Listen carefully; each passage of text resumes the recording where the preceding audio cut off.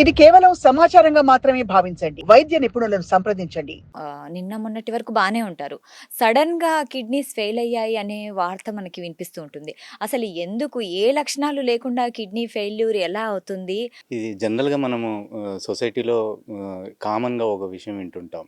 2 kidneys fail అయిపోయాయి అనేసి. ఇది సడెన్‌గా ఒక్కసారిగా ఫ్యామిలీస్ విని షాక్ అవుతూ ఉంటారు.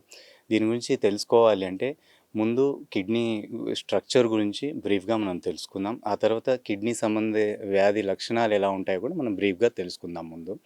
సో, ఈ కిడ్నీ లక్స్ స్ట్రక్చర్ ఎలా ఉంటుందంటే అండి, కిడ్నీలో ఒక ఆహ్, ఫంక్షనింగ్ యూనిట్స్ అని ఉంటాయి. ఓకే. ఈచ్ కిడ్నీలో ఒక 10 లక్షల ఫంక్షనింగ్ యూనిట్స్ ఉంటాయి.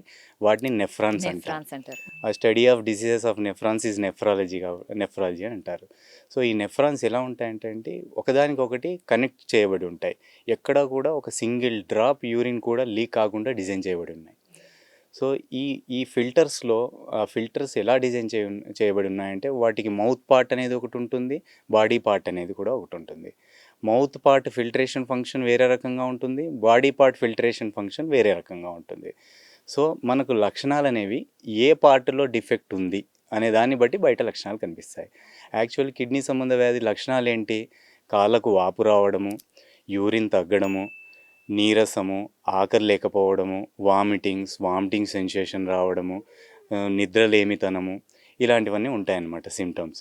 ఇవన్నీ కూడా ఈ సింప్టమ్స్ మనకు ముఖ్యంగా ఈ కిడ్నీ ఫిల్టర్‌లో ఉండే మౌత్ పార్ట్ డిఫెక్ట్ ఉన్నప్పుడు మనం ఎక్కువగా చూస్తాం. ఓకే. బాడీ పార్ట్ డిఫెక్ట్ ఉన్న వాళ్ళలో ఈ లక్షణాలు ఏవి చూడం. ఎందుకంటే ఈ మౌత్ పార్ట్ డిఫెక్ట్ ఉన్న వాళ్ళలో విపరీతంగా సాల్ట్ అనేది అబ్జార్బ్ అవుతుంది. బాడీలో వాటర్ రిటెన్షన్ జరుగుతుంది. దానివల్ల కాళ్ళ వాపు రావడము, యూరిన్‌లో నురగ రావడము, మూత్రంలో ప్రోటీన్స్ వెళ్ళి, ఆ తర్వాత తొందరగా బ్లడ్ డ్రాప్ అవ్వడం వల్ల విపరీతంగా ఆయాసం రావడం, వీక్‌నెస్ రావడము, ఆకలి మందగించడము, ఇవన్నీ మౌత్ పార్ట్ డిఫెక్ట్ ఉన్న వాళ్ళు కొంచెం అర్లీ స్టేజెస్‌లో చూస్తాం. జస్ట్ స్టార్ట్ అయిన సెకండ్ ఆర్ థర్డ్ స్టేజ్‌లోనే చూస్తాం. కానీ బాడీ పార్ట్ డిఫెక్ట్ ఉన్న వాళ్ళలో సాల్ట్ అనేది యూరిన్ ద్వారా వెళ్ళిపోతుంది. దానివల్ల వాళ్ళు విపరీతంగా యూరిన్ పాస్ చేస్తుంటారు. రాదర్ యూరిన్ ఎక్కువ పాస్ చేస్తుంటారు. కొంతమంది రాత్రులు 3 సార్లు, 4 సార్లు యూరిన్ వెళ్తారు. దీన్ని మెడికల్ టెర్మినాలజీలో నాక్టూరియా అంటాం. ఓకే. నేను యూరిన్ బాగా వెళ్తాను సార్, రాత్రి 2, 3 టైమ్స్ వెళ్తాను సార్, నేను 4, 5 టైమ్స్ వెళ్తాను సార్ అని అంటుంటారనమాట. అది యాక్చువల్లీ అబ్నార్మల్. సో, అలా వెళ్ళడం వల్ల వాళ్ళకు సాల్ట్ వెళ్ళిపోతుంది, బాడీలో వాటర్ వెళ్ళిపోతుంది కాబట్టి వాళ్ళకి ఏ లక్షణాలు కనబడవు. వాపు రాదు, ఆయాసము రాదు, బీపీ అనేది డెవలప్ కాదు. రొటీన్‌గా చెక్ చేసినా బీపీ నార్మల్‌గానే ఉంటుంది. సో, అంతా నార్మల్‌గానే ఉంటాం అనుకుంటుంటారు. ఇలాంటి పేషెంట్స్ అడ్వాన్స్ స్టేజ్‌కి రీచ్ అయినప్పుడు ఆ మాత్రం మిగిలిన ఫిల్టరేషన్ ఫంక్షన్ కూడా వెళ్ళిపోయి, అప్పుడు వాళ్ళలో వాటర్ రిటెన్షన్ జరగడము, అప్పుడు వాళ్ళలో బ్లడ్ విపరీతంగా డ్రాప్ అయిపోయి ఆయాసం రావడం, ఆకలి తగ్గిపోవడం అడ్వాన్స్ స్టేజ్‌లో జరుగుతాయి.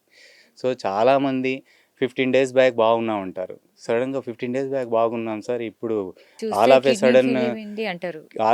వామిటింగ్స్ అయ్యాయి. టెస్ట్ చేస్తే 2 కిడ్నీస్ ఫెయిల్ అయిపోయాయి. 2 కిడ్నీస్ చిన్నగా అయిపోయాయి. ఇది నిజమా కాదా అని మాకు డౌట్ వస్తుంది అని మా దగ్గరకు వస్తుంటారు.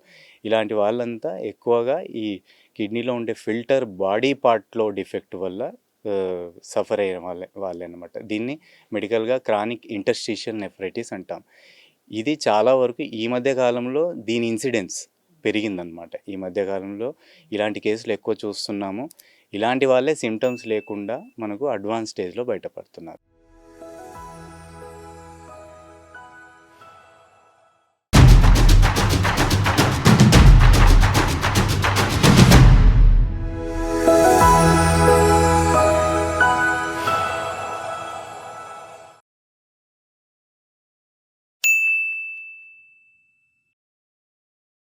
సాక్షి టీవీ ప్రసారాలను నిలిపివేయటం చట్టరీత్యా నేరం.